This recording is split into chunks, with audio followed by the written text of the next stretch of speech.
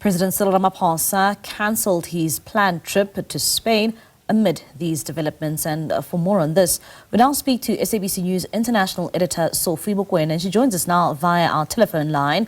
Sophie, thank you so much for your time this evening. Of course, in anticipation of the DA's ultimatum and coming out of that press briefing, we also then saw a statement coming out from the presidency this afternoon saying that that planned trip for President Cyril Ramaphosa has been cancelled. What do you make of the latest developments surrounding the president's positioning?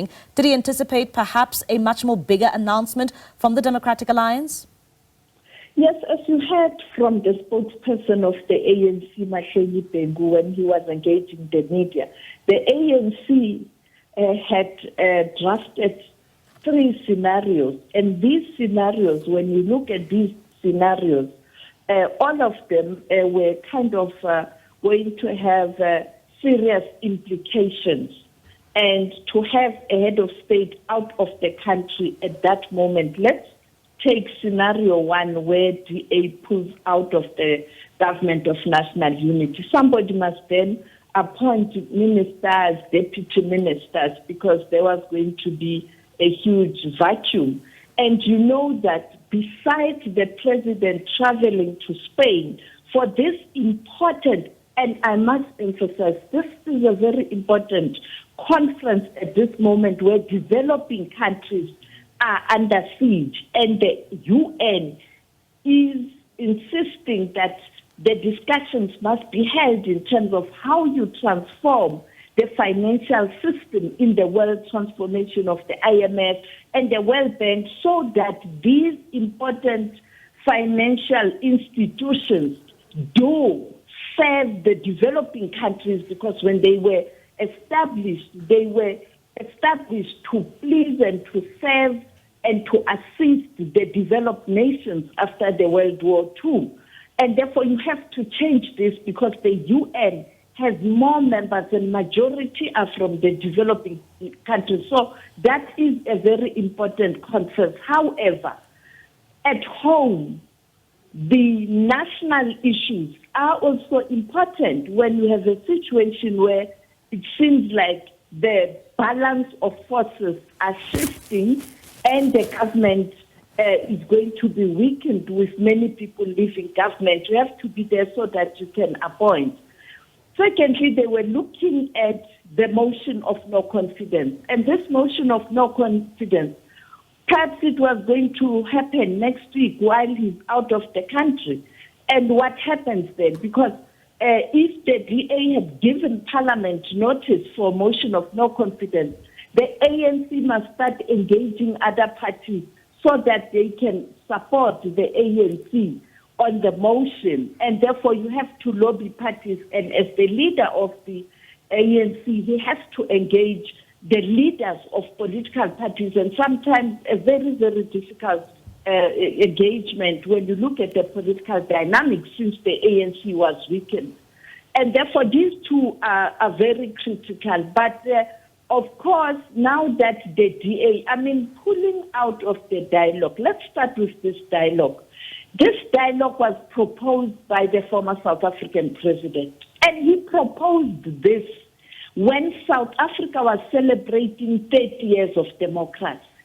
It was in April at Freedom Park, before elections. In other words, he had already seen that something was going to happen with his analysis, that there was going to be a balance of forces. So he was saying the country must go back to the drawing boards. But that proposal says this process must be led by civil society, by ordinary South Africans, and of course political parties must participate. Even last Sunday night, he emphasized that this has to be a people-driven process. Yes, you'll get those wise men or eminent persons to help to coordinate, but it was about creating platform for ordinary South Africans, something similar to Freedom Charter, even though you can't have many people like it happened with Freedom Charter. And therefore, pulling out of the dialogue the dialogue is going to continue because the dialogue is not about only participation of political parties.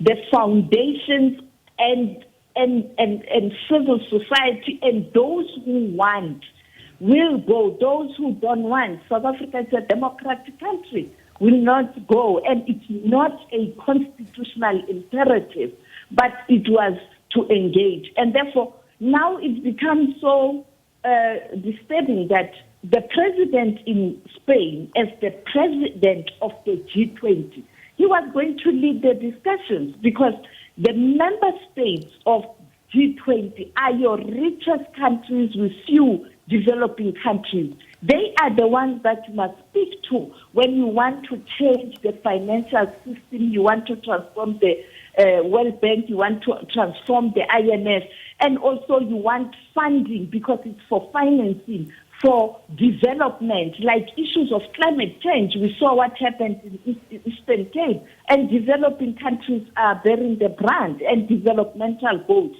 That is why the Secretary General of the United Nations last year in December came to South Africa to have a one-on-one meeting with the president to persuade him how can we join and partner as the UN, the world body, and this powerful group G20 to have an agenda and a theme that can address the current challenges we are facing. It's not business as usual. People are poor, people don't have jobs. We have to attend to this.